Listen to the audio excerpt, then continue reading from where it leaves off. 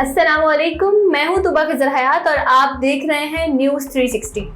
नाज़रीन, आज के मुद्दे में जिस टॉपिक पर हम बात करेंगे वो टॉपिक इंतहाई संजीदा है। पाकिस्तानी माशरे में इस टॉपिक के हवाले से बात नहीं की जाती। बात क्यों नहीं की जाती, ये एक अलग बात है, लेकिन अब जो मुझे ऐसा लगता है कि जो हमारे पेरेंट्स की जनरेशन थी वो इस हवाले से इतनी ज़्यादा बात नहीं करती थी, हिचकिचाहट का शिकार थी, मगर अब जो नई आने वाली जनरेशन है ये इस हवाले से बात भी करती है और इस बाकी जितने भी सेंसिटिव टॉपिक हैं इन पर बात कर इनके हल निकालने की भी हम कोशिश करते हैं। और अगर ये कहेंगे कि ये एक मुस्बत तरफ हम चल रहे हैं तो ये बिल्कुल गलत ना होगा, क्योंकि बहुत सारे टॉपिक्स ऐसे हैं जिन पर बात करना बहुत ज़्यादा ज़रूरी होता है, क्योंकि उस बात से ही बहुत सारी बातें निकलती हैं। और बहुत ज़्यादा अगर हम बच्चों से उस हवाले से बात नहीं करते तो फिर बच्चे जो हैं वो दूसरे सहारे ढूंढते हैं, और दूसरे सहारे आपको पता है कि गलत होते हैं। पेरेंट्स के अलावा कोई सही गाइड नहीं कर सकता, कोई सही रहनुमाई नहीं कर सकता। जो रहनुमाई माँ बाप वालिदैन अपने बच्चों के करते हैं वो कोई और नहीं कर सकता। बच्चे जब दूसरी तरफ जाते हैं, क्योंकि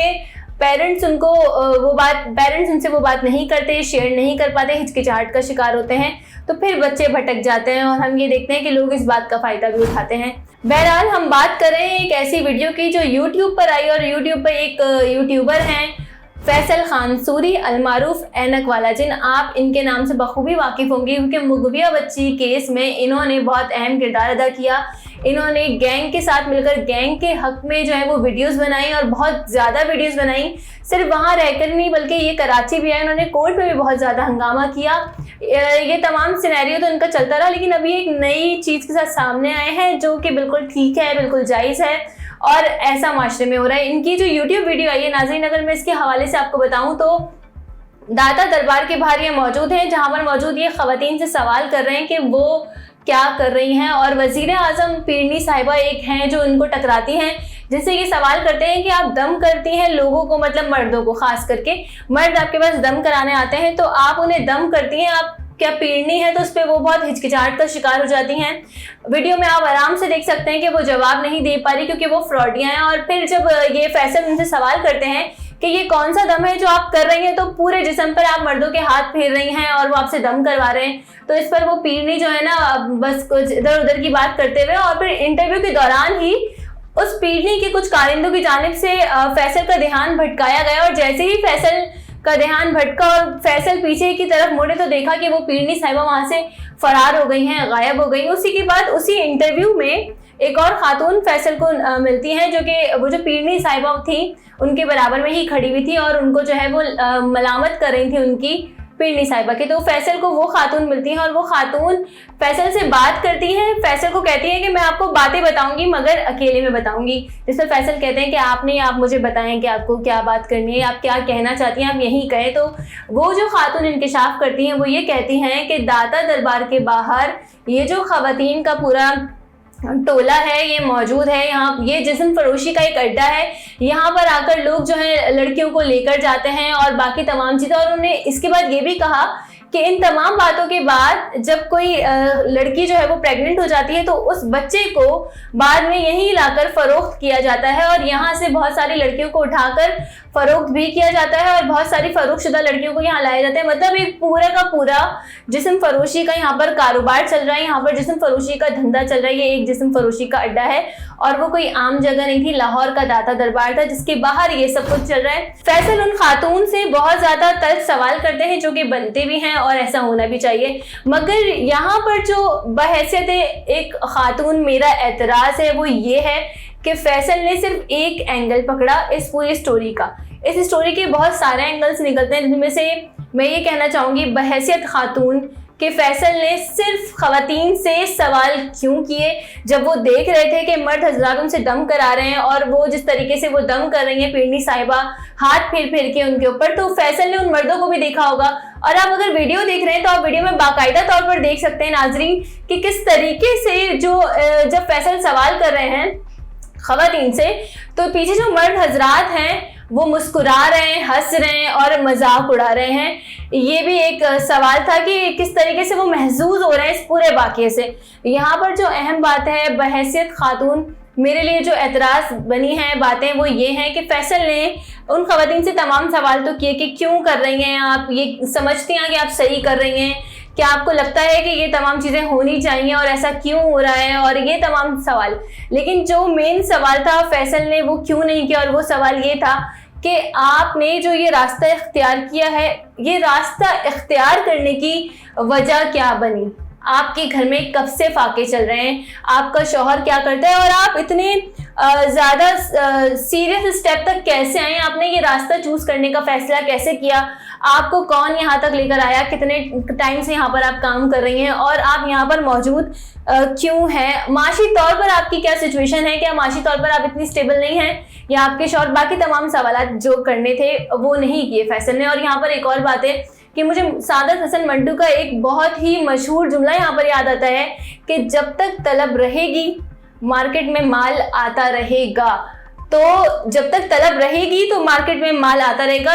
मंटू कह रहे हैं कि तलब, और अगर ये खवातीन वहां पर मौजूद हैं दाता दरबार के बाहर या किसी भी जगह के बाहर, अगर कोई खातून खड़ी है तो जितनी वो खातून जिम्मेदार है उतना ही वो शख्स भी जिम्मेदार है जो उस खातून के पास आ रहा है, और जो उस खातून के पास आकर वो तमाम बातें कर रहा है जो कि हम अपने माशरे में उसको गलत समझते हैं, और जो बातें गलत भी हैं। तो मर्द भी उतने ही बराबर के जिम्मेदार हैं, उतने ही बराबर के इस जुर्म में शरीक हैं जितने की खवातीन। सिर्फ खवातीन पर सवाल उठाना बहुत ज्यादा गलत है कि आप क्यों कर रही हैं। आप ये भी तो पूछ सकते हैं ना कि आप क्यों आ रहे हैं, आप क्यों दम करवा रहे हैं, जब आपको पता है कि इस्लाम में औरत और मर्द का अलग अलग मर्तबा है और महरम नामहरम की एक अलग बहस है। तो आप एक नामहरम के पास आकर दम क्यों करा रहे हैं? आपको ऐसी क्या जरूरत पड़ी है, ऐसी क्या चीज है जो आप सिर्फ यहीं पर आ रहे हैं? और जो खातून पूरे टायर से वो कहीं पीड़नी नहीं लग रही, मुझे तो ऐसा लगता है कि उनको शायद कलमे भी पूरे नहीं आते होंगे, तो वो खातून जो दम कर रही है वो दम में क्या पड़ रही है?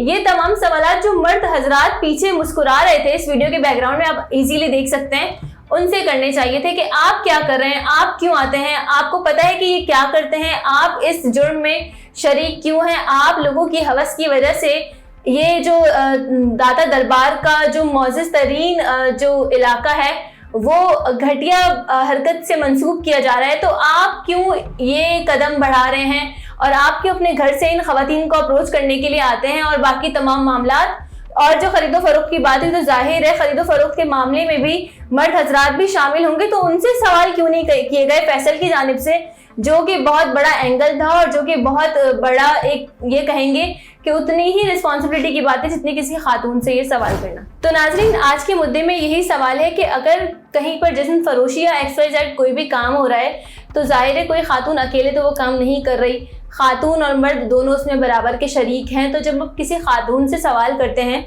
तो वहाँ पर मौजूद उस मर्द से भी आपको सवाल करना चाहिए कि आप क्यों आ रहे हैं, और आपकी वजह से ये कारोबार चल रहा है तो आप क्यों यहाँ पर आ रहे हैं, और आप क्यों इस हरकत को अंजाम देने में अपना किरदार अदा कर रहे हैं। हर वक्त, हर सिचुएशन पर, हर मामले पर हम सिर्फ खवातीन को ही क्यों काउंटर करते हैं कि आप क्यों कर रही हैं। खवातीन घर से किसी भी मजबूरी के तहत निकली, वो गलत, अगर वो अपनी मजबूरी बता रही है तो वो गलत, और मर्द जिस वजह से भी आ रहा है और ये कह के कि वो मर्द है तो उसको जाने दो, छोड़ दो, कोई मसला नहीं है, वो कर सकता है, ये बात भी गलत है। तो नाज़रीन, आज के मुद्दे में हमारा यही सवाल है कि अगर कहीं कोई जुर्म हो रहा है, कहीं कोई गलत फ़ैल अंजाम दिया जा रहा है, तो वहाँ पर सिर्फ एक बंदे को, जब हम ये देख रहे हैं कि मुल्जिम दो हैं, दो लोग इसमें बराबर के शरीक हैं, तो किसी एक बंदे से सवाल करना और उस एक बंदे से पूछना कि आप यहाँ क्या कर रही हैं, वो कि वो फिर बताए कि मेरी ये मजबूरी थी, मेरे घर में ये सिचुएशन थी, इतने फाके चल रहे थे, मेरा शौहर या मेरे घर वाले ये काम नहीं कर रहे थे, या मेरे बच्चे XYZ, कोई भी मसला वो बताए, वो खातून भी गलत है।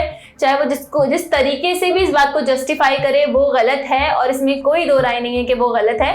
लेकिन खातून को ही हमेशा क्यों कटहरे में खड़ा किया जाता है? हम ये देखते हैं कि कोई भी सिचुएशन हो, कोई भी मामला हो, कोई भी वाकया पेश आता है, तो अगर उसमें खातून है तो हम खातून को ब्लेम करते हैं। अगर किसी के साथ खुदा ना खास्ता रेप हो जाता है तो हम खातून से पूछते हैं कि तुमने क्या पहना था, तुम वहाँ क्यों गई थी, किस टाइम गई थी, और क्या जरूरत थी वहाँ जाने की, अकेले क्यों गई थी, अगर साथ में कोई है तो साथ में कोई क्यों था, अगर वो उसका कोई जान पहचान का निकल आता है बंदा तो ये कहते हैं कि भरोसा क्यों किया था, और अगर वो जान पहचान का नहीं होता तो फिर भी यही बोलते हैं कि इतना भरोसा क्यों किया था।